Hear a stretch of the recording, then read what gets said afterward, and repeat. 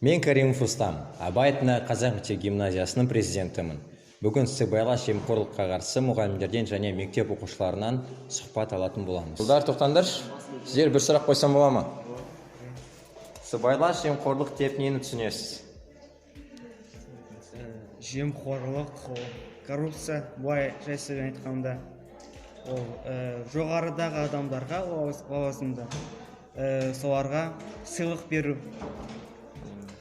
3-4 мыңнан жоғары, мысалы, ол заңды түрде қабылданбаған нәрсе. Және де онымен айналыспау керек деп ойлаймын. Сіздің ойыңыз? Менің ойымша, сыбайлас жемқорлық деген ол заңға қайшы іс-әрекет. Яғни ол қазіргі таңда жойылған жоқ, себебі Қазақстанымыз сондай болып бара жатыр деп айтуға болады. Біздің жоғары оқу орнында парақорлық жағдайлары бар деп ойлайсыз ба? Біздің Қазақстан Республикасының жоғары оқу орындарында ма? Иә.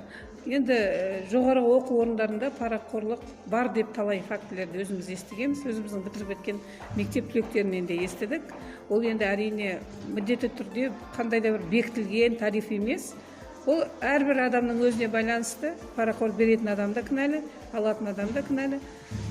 Көбінесе жоғарғы оқу орындарда, мысалы, педагогтар дейді ғой, оқытушылардың тарапынан студенттердің қандай да бір жұмысты тапсыра алмауына байланысты, содан кейін жазғы емтиханға қалып қалмас үшін сондай мәселелерді ақшамен шешетін фактілер бізде кездеседі.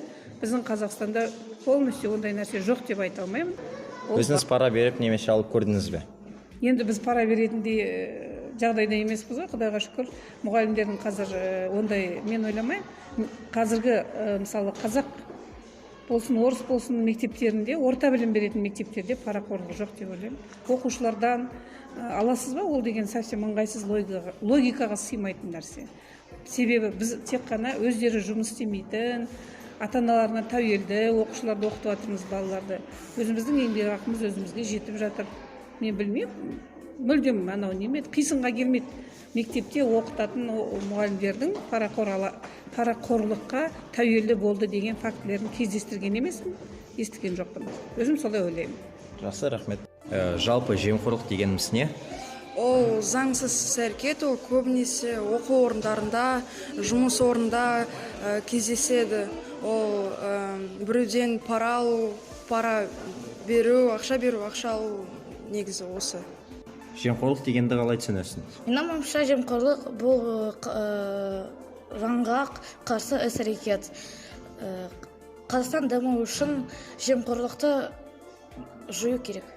Міне, бүгін біз мектебіміздегі оқушылар мен мұғалімдердің жемқорлық туралы ойларын білдік.